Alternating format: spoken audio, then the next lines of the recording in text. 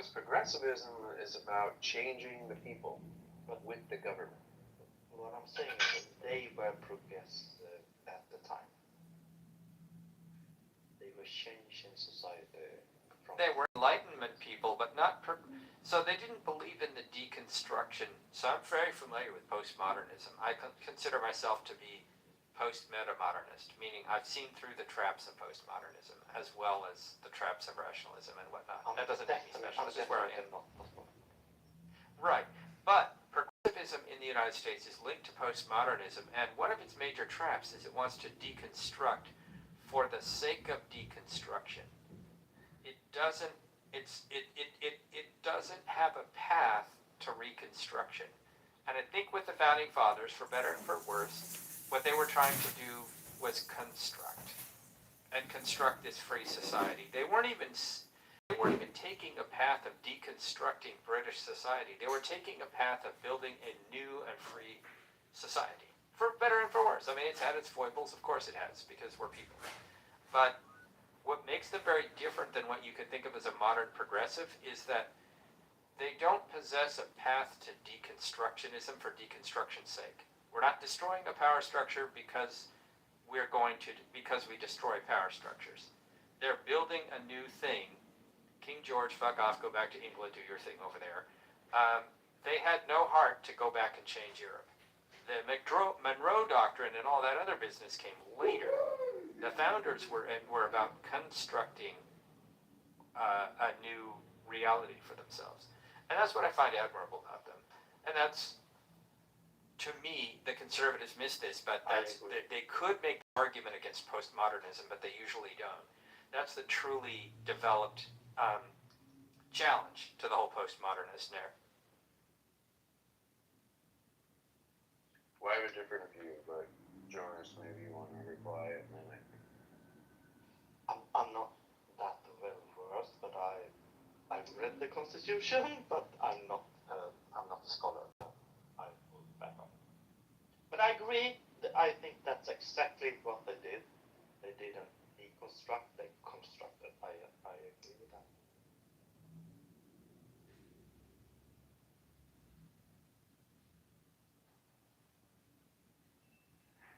Yeah, and I guess where I have a different view, Dave, is I don't really see them as having developed a new society. I really see them as having tried to basically capture and preserve and refurbish, renew a very old model of society that had reached a certain state of balance and I suppose perfection, but just had reached a certain level of maturity. And that was the Tudor era medieval society. And they were really saying, look, we're going to keep doing this thing. I guess if you guys over in England want to wreck this, you can, but we're not going to do that.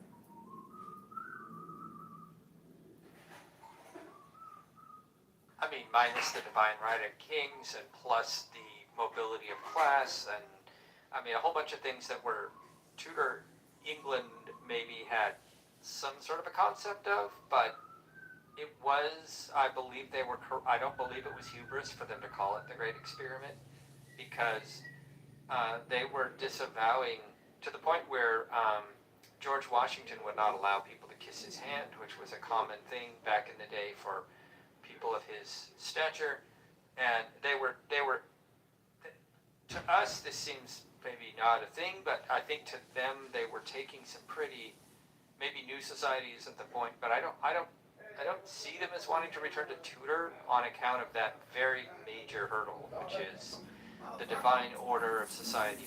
People are born into this place, and that is their station. Your father is making shows, so you have to make shows for a living. That's right, and I don't think that's ever been really part of the American ethos. Well, so this is where unfortunately we are burdened with a lot of myths very warm. about the Middle Ages and about England. Oh, it's England, please stop doing that.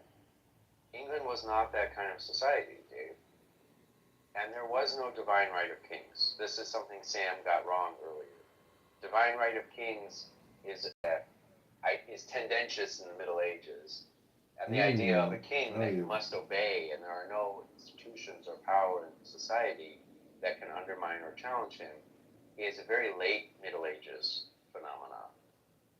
Okay, we're talking Louis the XIV is the Sun King, is the absolute monarch. All right, that's a late development. That's not a traditional.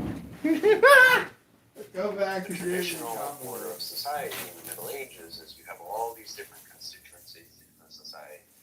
You have all of these peculiar institutions that are a mixture of like public institution and government institution. They have this mixed role, okay, this mixed sovereignty, right? Like if a lot of our government was made of nonprofit corporations or something like that.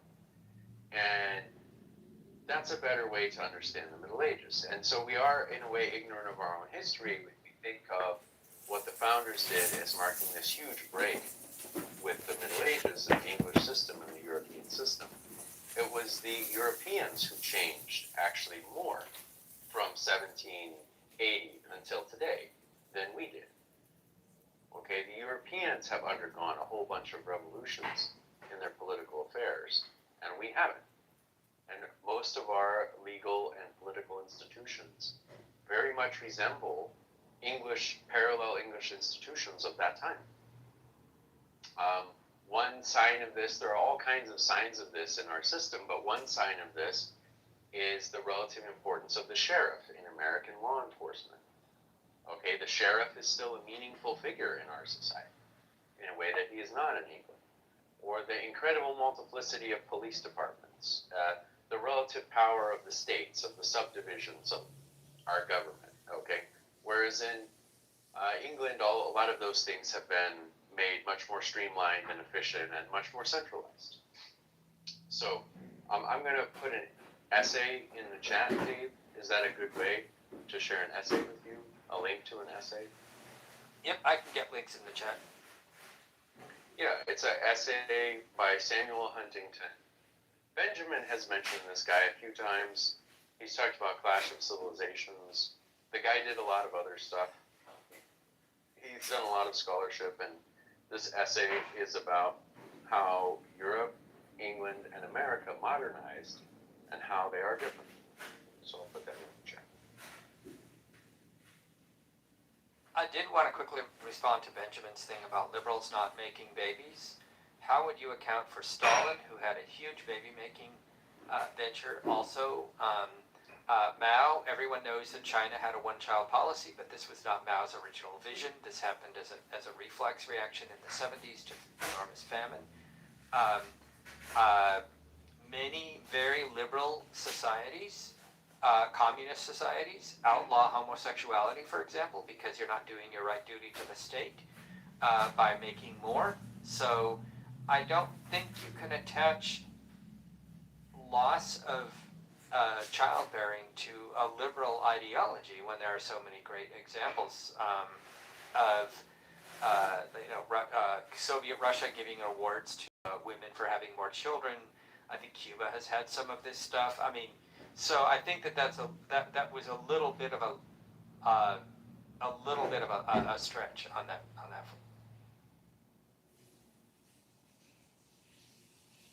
I put a link to a plain text document with an important quote from the essay, and then there's a link to Should Still Be Alive. Yeah, it's a copy of the essay what university is that? At UC San Diego.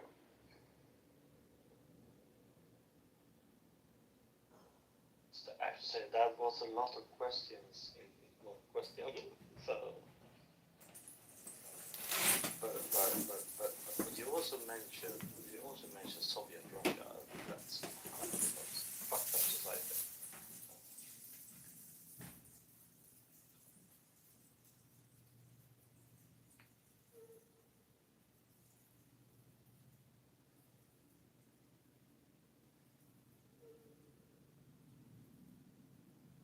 Oh, the room is getting smaller. Thanks, Jason. I'm looking at it right now.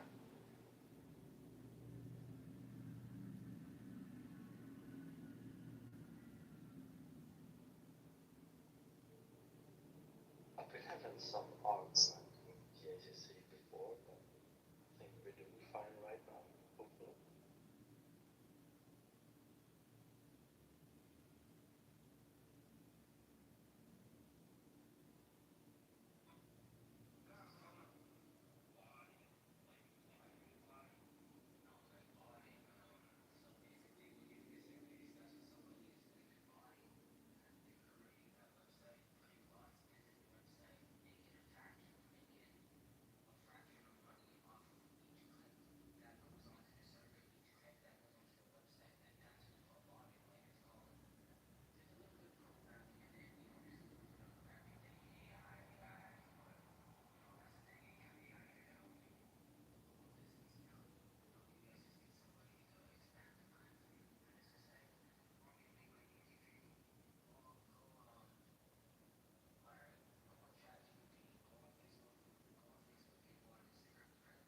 We are not talking. I will leave to another room because I want to hear some voices. Have a great night. Great night day. I like you. See you around.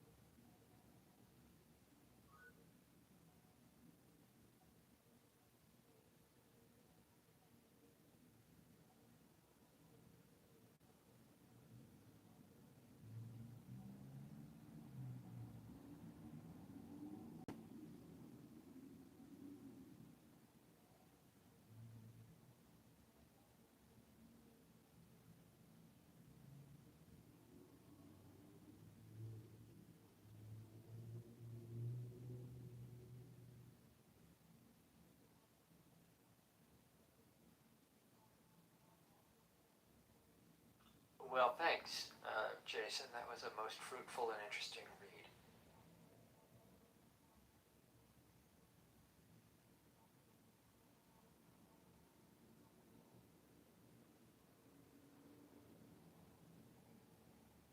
I don't know if I slept through that in school or if I was just educated wrong, but I've been trying to study more about read more about medieval society, and I've learned many ways in which I was actually very incorrect about a lot of it. So it's really fascinating to me.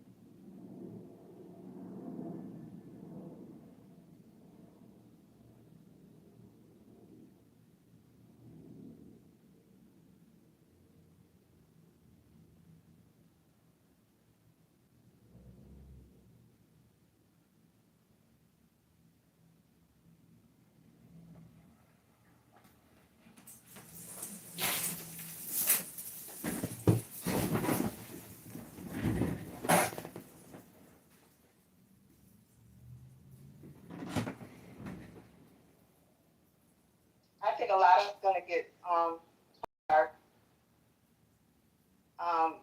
Nobody's going to want to remember this point in our future. Nobody's going to want to remember this point of history. Nobody's going to want to remember this. This is crazy. I meant like, Oh, gee, and probably a word a lot of you have never heard before.